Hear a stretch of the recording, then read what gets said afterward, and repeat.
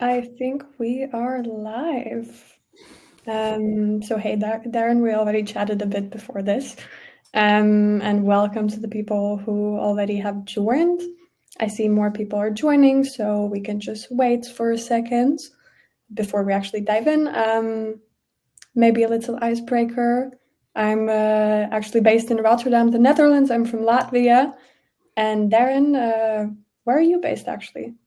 I'm in my home office today in Rhode Island, but based out of our New York office. So it is much earlier for me. I appreciate you giving us your evening for this fantastic webinar we're about to run. I mean, obviously, it's always super fun chatting with you anyway. So excited to be here with you today as well.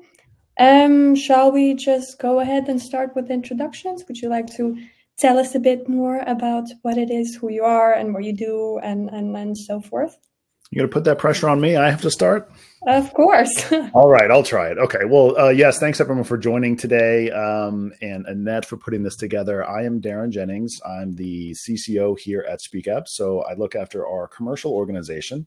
And I've spent the last 10 years of my career working in the internal communication supplier space. And at SpeakUp, my sole responsibility and main focus is helping organizations help their people be their best selves and give them all the tools and information they need to be productive members of the business and feel fulfilled. So I'm really happy to be here today because this is a topic that I am exceedingly passionate about, as you'll probably tell from later on. But yeah, happy to be here. Awesome. As I said, happy to have you here as well. And before we dive into the actual webinar content, I just want to do a bit of housekeeping for those tuning in live. There is a chat tab. There's also a questions tab. And during the webinar, we will also be sending out some polls to sort of understand where our audience, so you, are at with some topics. So Darren, are you ready to go? I am HOTTOGO. Let's do it. All right, so a bit about today's game plan. Obviously, it's all about measuring success and measuring the success of internal comms. So we're going to be talking about how one can effectively measure internal comms beyond metrics such as open rates and click rates. So sort of helping you figure out what's the best metrics to look at for each specific case. We'll also be touching upon how you can align these metrics with broader business goals.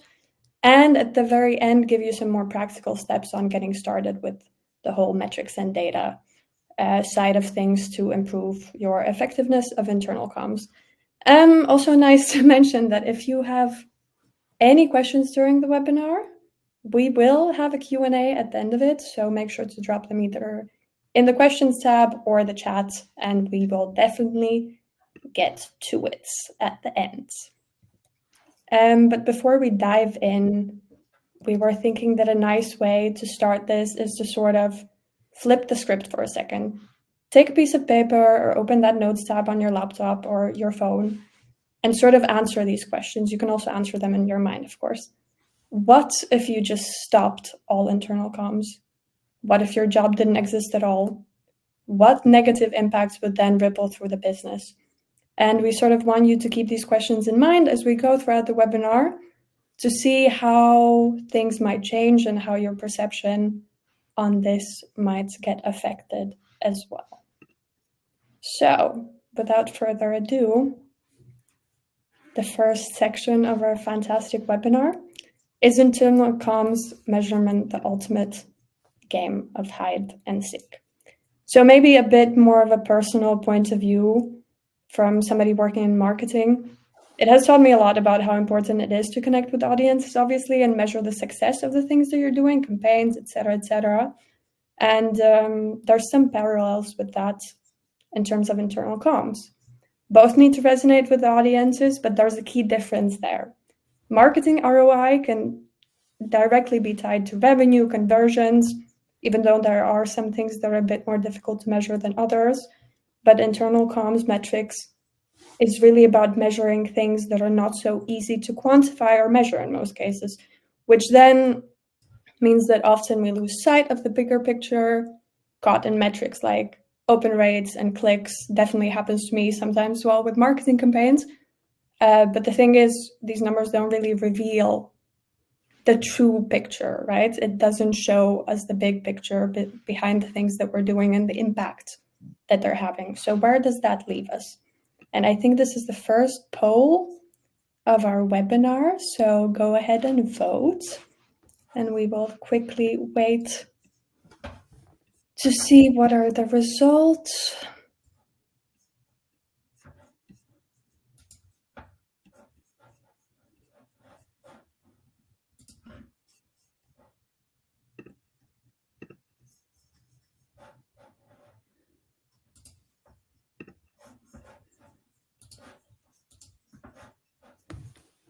All right, Daren, what do you say? Shall we go ahead? Yeah, I think a few are coming in. Oh, yeah, they're still popping through. Kind of split here. Yeah, it's very evenly divided indeed. Oh. Well, let's see if by the end of this webinar we can help you tackle some of those. So where do we even begin? How do we know which metrics are the right ones to track? I'm sure we've all at least once, if not more than once, turned to either Google or ChatGPT or anything else out there to sort of find answers to these questions. And when we're trying to figure out the most important metrics, it's also not that different. We still go to Google, we search what people are suggesting, what are the best practices, etc. But instead of clarity, we're often met with a flood of articles and advice, leaving us more overwhelmed than informed. And also, in most cases, it's advice that is there with the intention of getting you to buy a product at the end of the article, right? We're definitely guilty of doing that sometimes as well, but I just want to make some lighthearted fun about us a bit in this situation as well. And finally, we have a question for Daren. So the real question here is, why are so many organizations struggling to measure the effectiveness of internal comms? I know we only have 45 minutes or so for this webinar, so I'm going to try to keep my answer brief here. I mean, this really is a fundamental topic. And, we internally, and for people that I speak who are customers or prospective customers, we talk a lot about vanity metrics. And I use that term semi-pejoratively, but I will say that for the supplier side, we haven't really been particularly helpful in helping organizations actually measure the true effectiveness of this. So instead, we rely on the metrics that are easy to track. So you mentioned them before, Annette, like click rates, open rates, what is the reach of our audience? And that doesn't actually tell the full story. And we'll talk about this further in the webinar, but what we really want to focus on is, if you think about internal communications campaigns or tools, I mean, ideally what you want to do is you want your employees, upon receiving some information, you want them to either think about it, you want them to feel something about it, or ideally you want them to do something about it. And they're not mutually exclusive, right? They can do all of these things. Joanna Parsons has a great video about this on her YouTube. So quick shout out to her. But, so think, feel, or do. And we don't really do a great job of measuring those things. But I think if we even take that part of the equation out of it and really think that there are, in my view, there are three fundamental problems with why organizations are struggling to measure the effectiveness of their comms. The first one is, the question you should be asking yourself is my campaign effective to whom? Or to whom is my campaign effective? And what I mean by that is it effective to the audience of employees that you're sending it out to? Is it effective to you as the internal comms leader? Is it effective to your CFO or your CEO or the other person that might have asked you to send this message out? Effective to whom should be a really important question to ask, because I guarantee that metrics for success are going to be very, very different depending on who you ask within your organization. So if you have different stakeholders that are part of this process, as we all invariably have, ask the very serious question of what constitutes effectiveness or what constitutes success, because they are going to vary. And so I think we need to take that into account. I think the second problem is not fully developing the thinking around the campaign. And I don't think we actually go far enough to determine this. So what I really mean is, if we think back to your question that you posed at the beginning of the webinar, which is what happens if we do nothing with our internal communications campaigns? What if we stop communicating altogether? What happens? What is the actual business outcome that we want through this campaign beyond the campaign itself? I think that's a really important thing to think about. And the final one that I think is a challenge that a lot of us face is that baseline metrics of data. Like what was it like before? How can we measure this? How can we tie that to an actual tangible business outcome? And what is our mechanism for tracking that data over time? And we all know that data is fragmented across our enterprise pretty regularly. And so you're going to rely on a lot of cross-departmental input in order to grab the data that you want in order to reach the first two goals. So those are the three fundamental problems, I think, why we're struggling to measure the campaigns, if that helps. Yeah, no, definitely. And I think that just emphasizes even further that there's also no one general best practice way on how to approach measuring the effectiveness of internal communications, because each company, each situation, each campaign, these things are so different. So just understanding the very basics of what you're doing and why you're doing it and what expectations you have as a result is like the perfect step to get started with adjusting these strategies to work for you and to be measurable as well. Yeah, I agree. And, I think we'll probably talk about this a little bit further on, but, let's think about an example of developing that thinking. And I'm going to get a little meta here for a minute. So if I start running out of time, let me know. But, let's think a little bit about why people actually make decisions to do anything, right? From whether that's an investment you want to make into a new tool or into a campaign that you think is going to be really exciting. There's the rational side of decision-making. From a business standpoint, it really is three things. Is this going to make me money? Is this going to save me money? Or is this going to reduce risk? Then there's the more irrational or emotional side, which is a fundamental way humans make decisions altogether, which is I want to move away from pain and towards pleasure. So when we think about measuring the effectiveness of our internal communications campaigns, my advice is to take your thinking all the way through to those results. What is the rational side of decision making and what is the irrational side? Is this going to make me money, save me money, or reduce risk? Or is this going to help me move away from pain and towards pleasure as an organization or even as a stakeholder who might have accountability over a certain metric? If we think about an example here, let's say you're running your safety or compliance teams are wanting to go through and they have a new digital form for submitting safety incidents. I don't know, you work in construction or manufacturing. This is a pretty common use case. So we want to move to a digital form. So they ask you in internal comms, hey, we want you to communicate this out to our folks that are out in the field and to all of our foremen that are working that this is the new digital form. Okay, great. This is a really nice campaign that internal communicators like because they can tie it to those three things that people like. It's something I can do, I can feel about it. It's pretty easy to track. But I encourage people to take it a step further and say, well, okay, why are we actually sending this information out? Once they've actually gone through and done the thing that we want them to do, which is utilize this digital form, what is that actual impact going to be on the business? So if you're getting this type of request, I might go to my safety teams and say, well, what do we actually hope to achieve by introducing this digital form, for example? And you might say, well, we want to speed the time that we have from a potential safety incident to an actual accident so we can take some kind of an action on it to mitigate these things ahead of time. And so you might ask a question, well, all right, well, how many of these current paper forms that we're receiving every single year? And it might be, 200. And then you might ask, well, how many actual safety accidents do we have per year? And we want to have zero, of course, because we care about people's safety. But, they might say, well, 4. So right then you can extrapolate, all right, so we have a 2% ratio between the number of these forms that are created every year and the number of actual accidents that we have to do something about. By what percent do you think we can reduce these amount of accidents that we have? So you see how I'm going on this. If you can put a figure as well on the amount of these safety incidents that are costing the organization, yes, it's the right thing to do because you care about your people and you don't want them to get hurt on the job, but there's a monetary impact on this. So now if you take this thinking all the way through this campaign, you can actually say very clearly to people, okay, so if I'm understanding you correctly, by introducing a communication campaign around digitizing our safety forms, we hope to reduce our lost time accidents by 25%, which might actually result in a $50,000 increase in the business or savings on the business, just to throw numbers out there.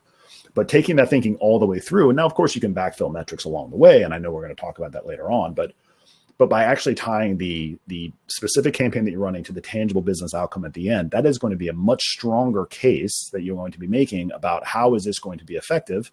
And then, of course, you can manage the different stakeholders we talk about for the different metrics that are important to them. So, I didn't mean to go on for too long. No worries. I was just thinking, had this thought in my mind, how indeed it's almost the art of being able to connect things that are not easily or super visibly connected and make the intangible more tangible. But that's definitely not the easiest thing to do in all situations, right? Which then also brings us to the second chapter of the webinar, discussing the metrics that actually matter, improving internal comms success. And before we dive into this section, we again want to ask the lovely people attending, which internal comms metrics you currently track.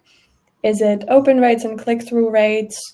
Is it employee feedback survey results, employee engagement rates, communication tool adoption, content consumption metrics, or anything else? If it's anything else, please feel to pop it in the chat, because there's definitely a lot of different things that can be tracked. So we were just like, okay, what are the most common ones, and sort of scope out where we are in terms of that. Let's see what the people.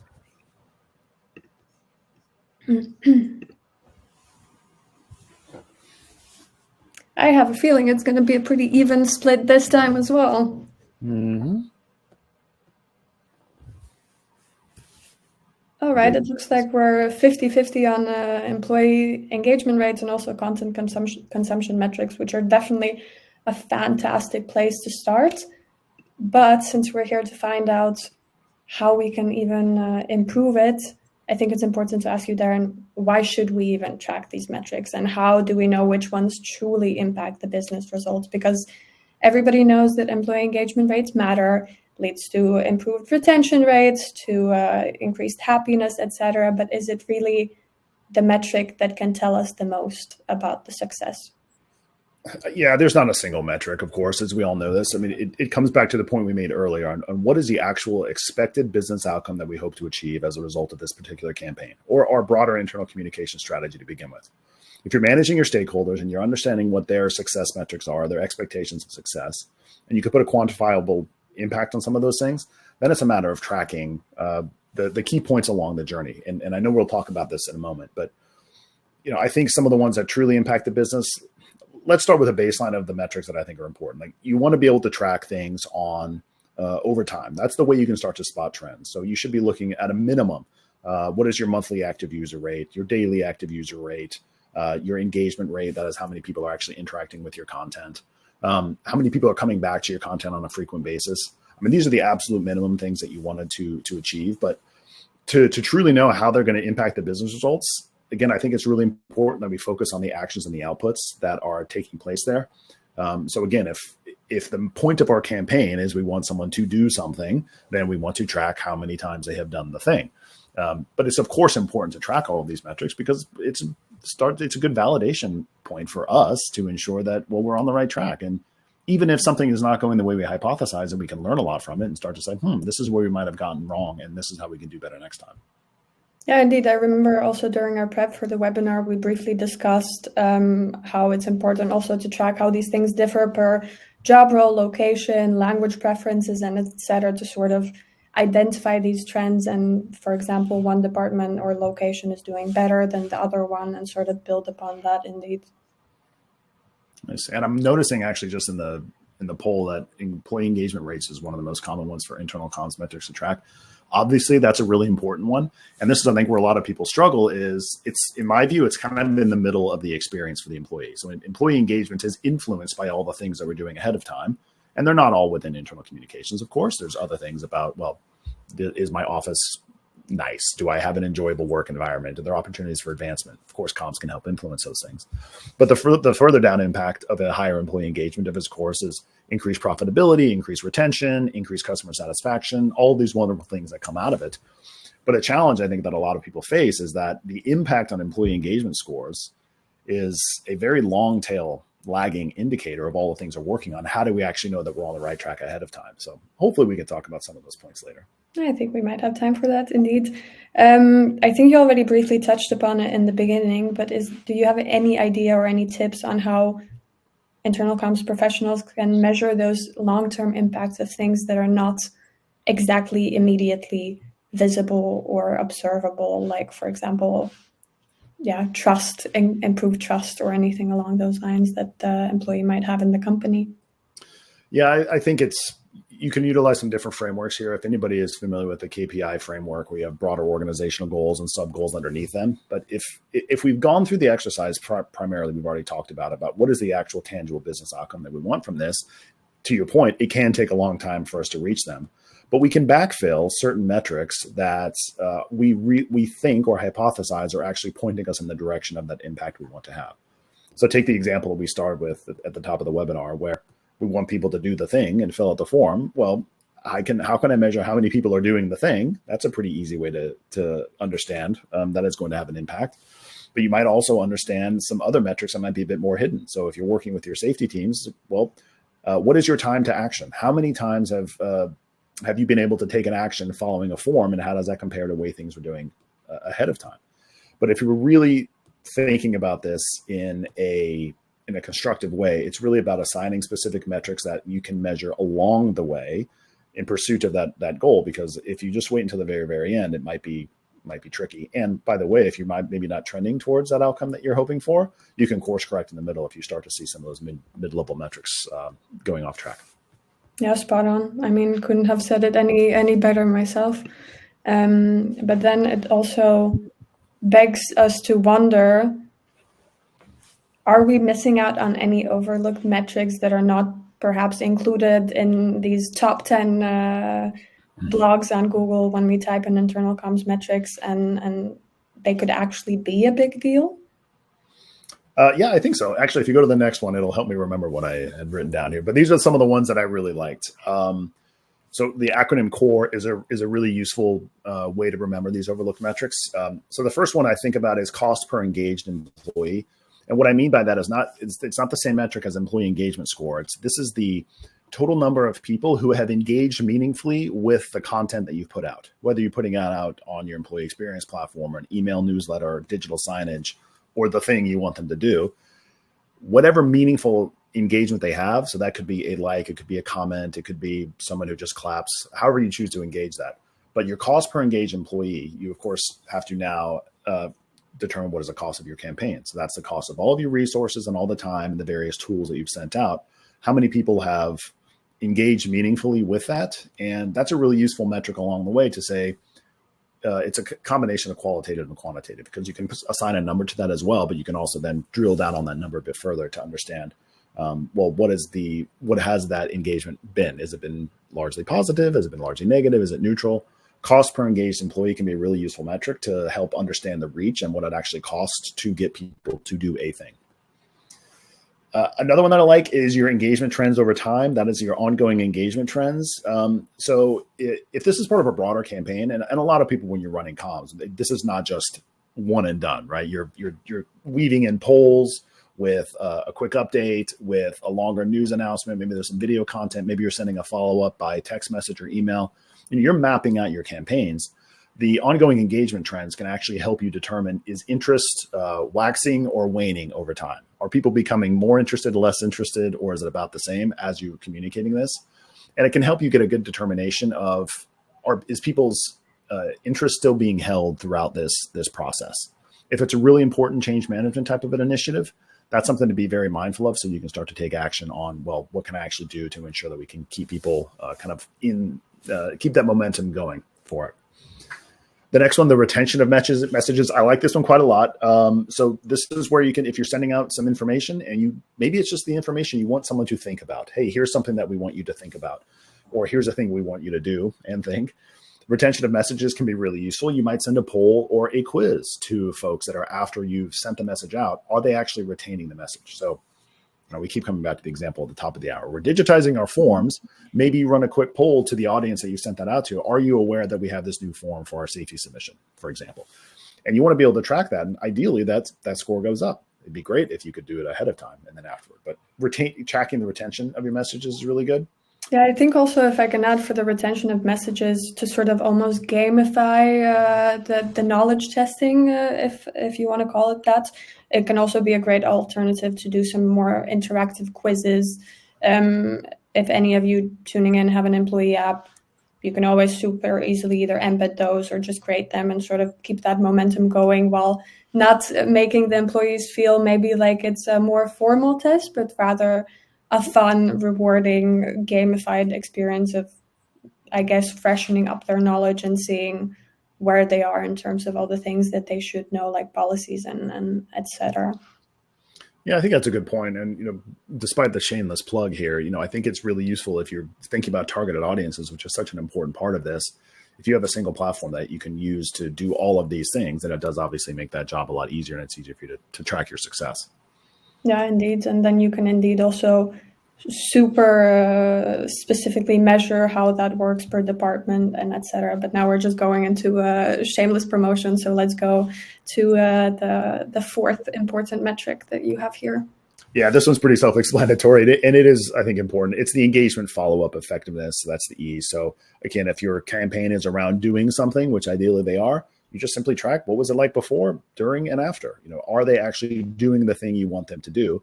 And again, drilling this down by the different audiences, if it's applicable, it can be really useful. But I think these are some of the metrics that I don't often see as being reported on in the midst of a campaign, but they can be really good indicators in the middle of something going on that are we actually trending towards the outcome that we actually want? Because remember, the doing the thing is not the actual outcome we want. The doing the thing is in pursuit of something else. I think that's going to be the best slogan that you've had in 2024 so far anyways. I think these metrics mostly touched upon sort of the more quantifiable aspects of measuring the effectiveness of internal comms. And I think another pretty often brought up question is how can the more emotional or cultural impacts of internal comms be measured effectively as well? And especially, again, bringing back that trust aspect in terms of the employees trusting leadership, for example, or the communications that come from leadership teams. So really curious to hear your take on it as well. Yeah, there are qualitative measures here, but it doesn't mean that it can't be measured at all. I think a lot of organizations are utilizing employee net promoter scores, obviously employee engagement rates that we've seen there, but underneath employee engagement rates and net promoter scores, there are specific questions that are tied to elements around trust or transparency or fairness. All of those things feed into that. So of course, it's about measuring consistently and at regular intervals over time. And you can start to see what is the impact on our employee net promoter score following this campaign around transparency or fairness. I think you can also kind of sense a vibe shift, especially if you start to feel people in the office, you can tell if people seem to be a bit more engaged. You can do quick pulse check-ins with people leaders. Hey, how are things going with your team? Are you getting a better sense of how things are going? I think gathering some of that qualitative information can be useful. The trust one is tricky, right? Because I think this is a hard one to measure. And I think when people are starting communications campaigns, they often conflate a lack of trust with the news itself, if that makes sense. So if you're sending out information because you want to increase trust and transparency, well, sometimes the information you have to share is not especially positive. And that might actually impact trust in a bad way because you're sharing some negative news and they say, I don't trust these leaders to actually run our business the correct way. But you are in pursuit of other elements like transparency and fairness. So I think trust is a tough one. How someone trusts you, that's an emotional, visceral response. But I think it doesn't mean you don't start to measure that. Of course, you can measure with some of those sub-metrics I described earlier. But getting information out there is an important one. But I think building trust, that's something that requires a lot of effort over time. And it's not just one message or one campaign. It's, you've got to do the thing. I think something that you mentioned during your answer was that, for example, the emotional or cultural impacts can be felt a bit sooner in the office, for example. I'm just wondering, getting that vibe check in the office must be easier. But what happens if it's distributed teams, if it's different teams across different locations working in factories, in manufacturing plants, restaurants, hotels, etc.? How do you then feel that emotional or cultural impact if you're not able to be in all locations at once? Also a tricky one. And that, of course, you're describing the market that we serve, which is predominantly by frontline employees, all the people you just described. But yeah, it's harder to see it, I think. Maybe it's one of those where I can't really define it, but I know it when I see it. But that's why I think it's important to have internal communications, maybe playing a role with your HR folks or with your people leaders to include a topic of agenda when they're having stand-ups or meetings with their teams. So the team leads can start to give their qualitative feedback on, hey, the team seems to be doing a lot better than they were before. I've observed, a bit more happiness around the workplace, or whatever it is, the thing that you want to show. I think it's good to gather that feedback, especially when you're talking about remote teams. But just a small bit of observation, I think, goes a long way. And again, it might not be super quantifiable, but I think it still has a lot of value. Yeah, definitely agree. I think it's indeed just about having a conversation with the people instead of purely talking at them, perhaps to gain more insight into this emotional, cultural impact of internal comms as well. Yeah. And now we're moving on to one of your favorites and also my favorite topics probably of this whole webinar to really make it as tangible as we can, which is then making sure that the internal comms metrics that you choose as the most important ones per campaign or per certain initiative that you're carrying out, that they match up with the big picture goals. And what do we mean by big picture goals?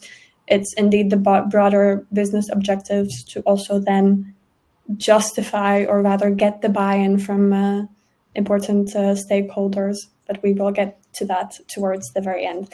But before we dive into the next section, it's yet again time for another poll because we are curious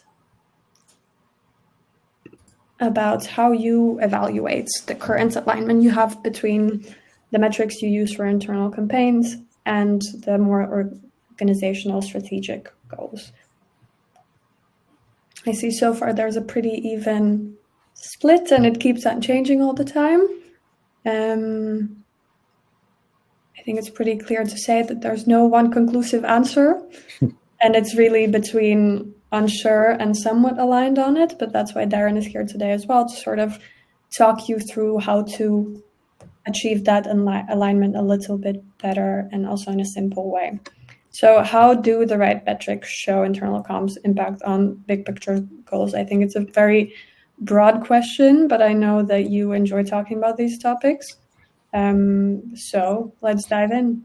Sure. Yeah, I think we covered it off a bit, at least at a high level, that the right metrics showing their impact on bigger goals is just about connecting the dots from one thing to another. Again, developing that thinking very, very clearly. Of course, it starts if you have understanding of what your organizational goals are. And I will say that not every business is super great at that particular element, but let's assume for a moment that the organization has some big picture goals.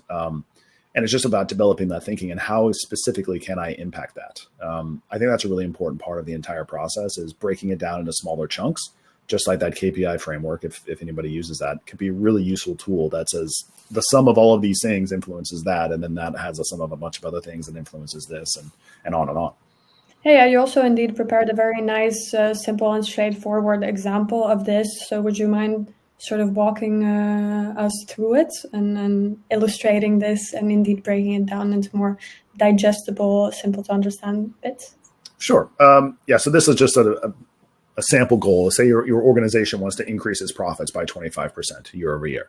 And notice we use profits as opposed to top line revenue. So from an organizational standpoint, they might say, how are we going to increase our profits? Well, we want to increase the number of sales that we have, whether you're, again, a manufacturer or whatever. But we also want to increase the average order value. So we want to increase the total number of sales we're getting, but we also want to sell more when we do. And we also want to drive operational efficiency. And now operational efficiency, you can imagine, has a bunch of things underneath that as well. So that might include, well, we want to improve our task management. We want to improve our retention of our employees. We want to have an advancement possibility so that we don't have to recruit externally to hire key roles and so on. And how, as you go down through this, I have internal comms at the center here because I think, well, how can internal communications actually help these sub goals that are going up? So increasing sales could be detailed information for people that are operating maybe in a sales capacity. Suppose you work in retail or something like that. It's detailed information about the upcoming promotions that we might be running, or we have a new launch of some products that we're interested in. Running engagement campaigns around employee engagement, for example, around here's all the wonderful elements that allow you to grow your career and develop yourself within our organization. That is going to help drive your operational efficiency. Same things with training programs. Well, we want to communicate the fact that these training programs exist, and we want to actually serve some training opportunities to people within our employee experience platform. All of these things are tied directly into those bigger goals so that at the end of the year, when the organization has reached its profit goal of 25%, the folks in internal communications can very clearly say, hey, we influenced that, and look how much we've actually influenced that by. Yeah, definitely. And I think we hear this often, and it makes me quite sad to hear that a lot of companies don't put internal comms at the center of their operations, because that's really where it should be. I mean, if we look back at the three questions that I asked you at the beginning about what would happen if there would be no internal comms, what if there would be no internal comms roles anywhere, I'm sure, okay, we would learn how to live with it, but what would be the negative consequences on the business as a whole? So I also think, and I think I can speak on behalf of Daren with this as well. We really hope that internal comms finally gets the seat at the table where it deserves to be and has for this entire time. But before I start going off super tangent, I know we're also coming towards the end of the webinar. I think let's pick your brain a little bit more, and maybe based on your experience, what are the common challenges you've seen or noticed in terms of companies linking internal comms to business results directly? Yeah, I think either they're not measuring at all because they're focused too much on what that matters to them without thinking about, again, effective to whom. I think data is a tough one. Frankly, a lot of people just don't have that baseline data to understand what improvement looks like.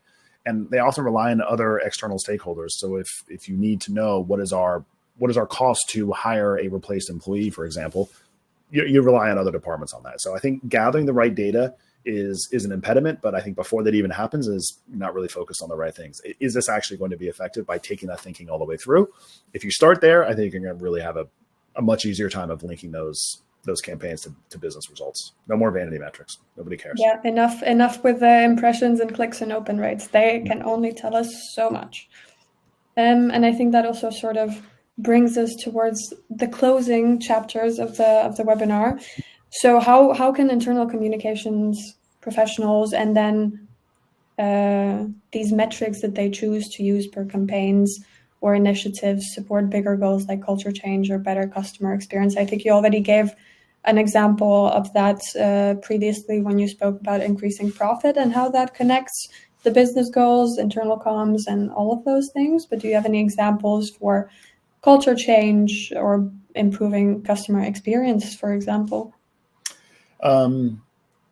Yeah, I suppose so. I mean, we've given some pretty tactical examples that are not maybe the most fun things for people to think about. We have a new form we want to fill out. Fantastic.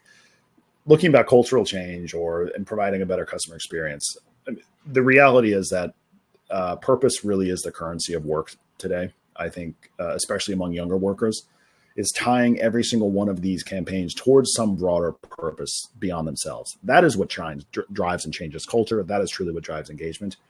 Customer experience is a consequence of that. I don't think it's just a natural outcome of having better employee experience. But if we can frame our messages in such a way that aligns what we're actually telling folks to that broader purpose, that their work actually does have an impact on the world or making things a better place, that is where you're going to start to see culture change and experiences. But map those out just like we had before so that we understand this leads to that, which leads to that. But purpose is the currency of the modern workforce. So then if purpose is the currency of the modern workforce, then what is the secret to showing that to the senior leaders and really convincing them of the true worth of internal comms in any workplace?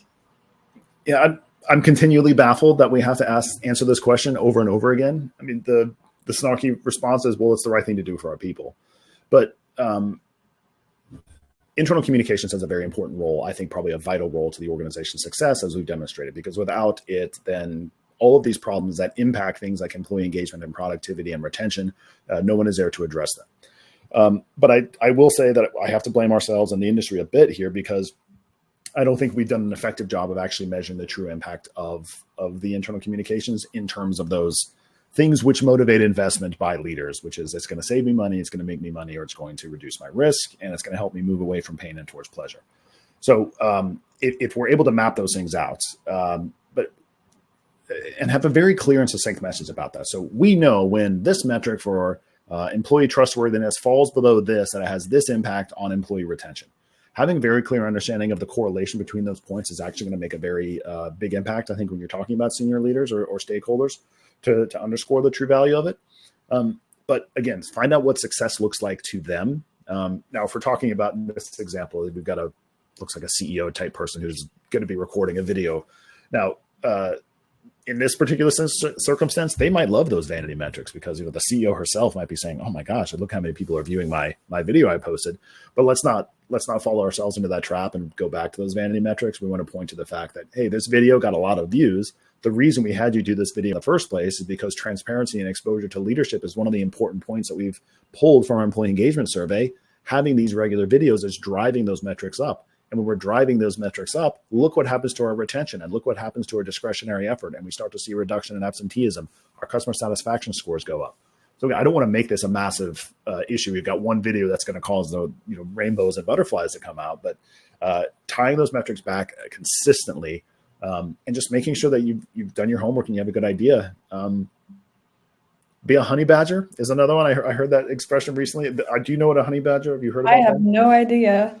Okay, so I just heard about this. So honey badger apparently is like the most ferocious animal in the animal kingdom. Really? Terrifying. They're extremely aggressive.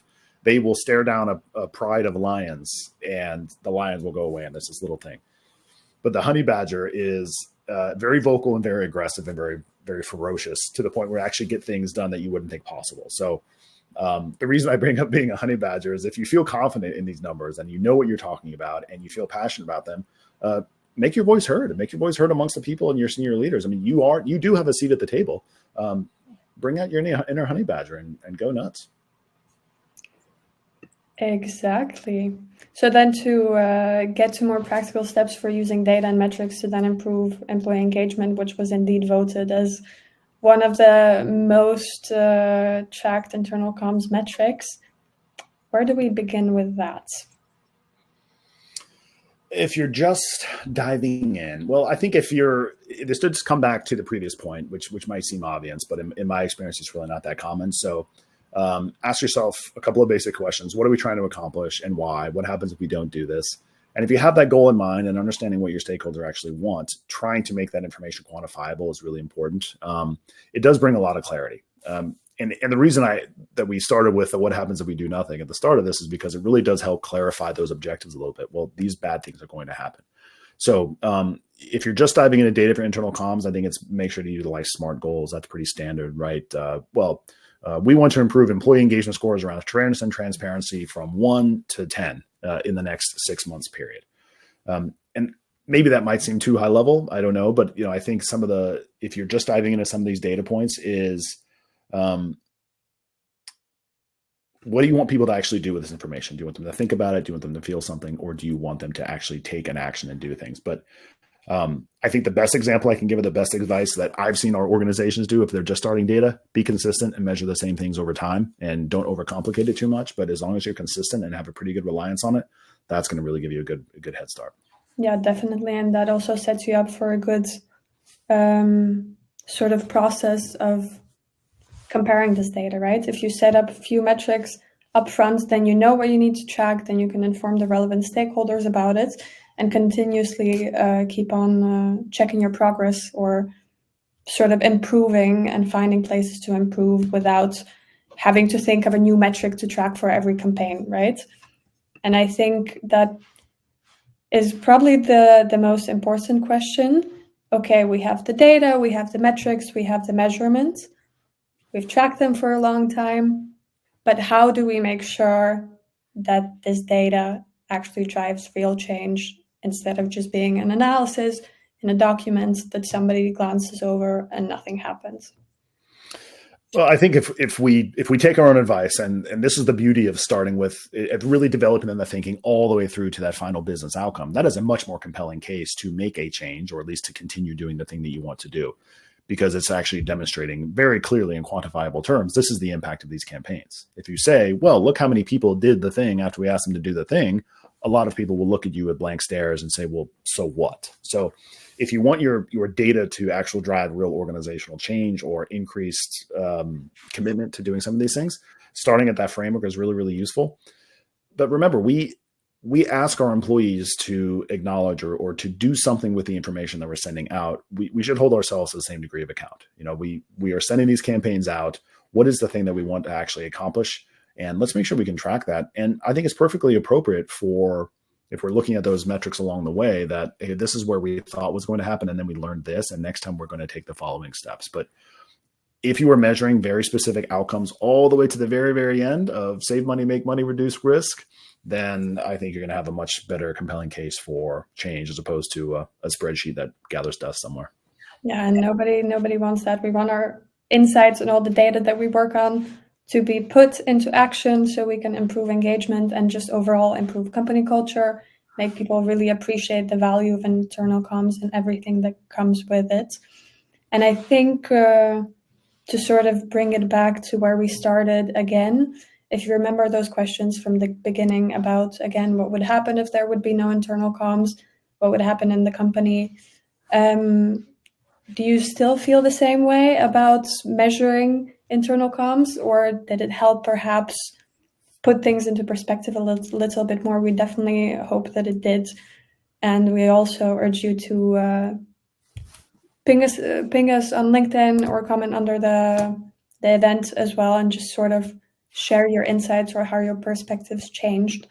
And to sort of sum up, we very briefly, in a very nice, simple way, wrote up the 3 starting steps to effectively measuring internal comms. So then first being looking for metrics that reveal the so what behind the data, why are we doing this, what are we expecting, etc. And then understanding that data alone doesn't resonate, context does. So indeed putting those metrics or the data you've gathered in the, maybe Daren, you can put it better, in the eyes or in the way that works for somebody in the finance team when you're asking for budget, or anybody else, a line manager, for example. And then definitely think of your metrics as a loop, not a line, and sort of work on improving them, assessing their effectiveness in terms of, are they measuring what you want them to measure, and start there. And just before we dive into the Q&A section, we are also doing another webinar with the 2 of us in December, on the 10th of December, actually, about the real cost of miscommunication in the workplace. And you can scan the QR code and register. You can also just send us a DM on LinkedIn, or just get in touch with us. I think perhaps the most exciting part about this webinar is that Daren is in for a 5-minute surprise rapid-fire Q&A session, which quite literally means that he doesn't know what's coming. And I swear that is the case. He has no idea. He is only aware that this will be happening, and he knows the webinar topic. When you told me that this was something that was going to be happening, that you were preparing for this rapid fire Q&A, you were a little bit happy about that, but I'm not really sure what I signed up for. But I think it'll be a lot of fun. We'll find out on the 10th of December. So we really hope to see everybody that's watching this there as well. And let's see if there's any questions. If there weren't any questions coming in, I actually have a few for you, Daren, that we still didn't get to cover as much in depth as we would have liked to. One of them being, how can companies avoid metric fatigue, right? So from tracking too many metrics without clear value to perhaps not tracking enough. Yeah, that's a good question, because I know a lot of the things that we talked about today might sound intimidating, like I've got to gather all this information, how much do I get? I think you do the bare minimum that you can in order to accomplish the effectiveness that you want. I still think it's important to get to that result of save, make, reduce risk for my company, but stop at that point. If you start to going into crazy metric land and you need to run pivot tables or a PhD or a data scientist in order to interpret some of these results, you're probably doing a bit too much. But when you get to the point where you at least have some indication that there's a correlation between these points, I can't put a number on it, frankly. I think it really depends. But you'll know when you see it. I also think a good topic to discuss, obviously there's differences in terms of how many things can be tracked depending on the size of the internal comms team, for example. So how does that work the best way in your opinion? I'm sorry, can you say that again? It's getting late for both of us. No, I think the question is, some companies obviously have larger internal comms departments and some have smaller ones. So how can we balance that out, making sure that things are still being tracked, but again, coming back to the metric fatigue, but then from a different angle? Yeah, I think there's no such thing as a fully staffed communications team in 2024. So I think everyone's being expected to do more with less. Use AI is a great shortcut for these things. I know we use it a lot as a business, and a lot of our customers are using it to interpret data. That's a really important thing. But I think if you're working on a small team, that's why it's really important just to stay really focused on the actual metrics that matter. And as you're mapping out the outcome that you want, don't have 15 or 20 stops along the way. Maybe have 3 or 4, and you can start to see where things are trending. I would also say trust your intuition a bit. I think this is often overlooked. We become addicted to data, and I know this seems hypocritical in the context of this webinar, but we become maybe too addicted to data. I think using your gut can be really interesting. Like you start to see when a vibe happens. Intuition is a powerful thing. Seth Godin called it rapid unconscious cognition, which I love that definition of, which means that your unconscious mind is interpreting vast amounts of information so quickly that you're not even aware, and then it turns out your gut feeling is true. So rely on that a little bit. I didn't. That's important. Well, I think on that beautiful note, I think we can also wrap up the webinar for today. So thank you, everybody who joined today, and thank you for everybody who watched this in the future. And if anything, you can always get in touch with either of us or just check out our websites. So thank you, everybody. Thank you, everybody. Thank you, Anete. Always a pleasure. Likewise, more to come. See you again on December 10th. Bye. Bye now.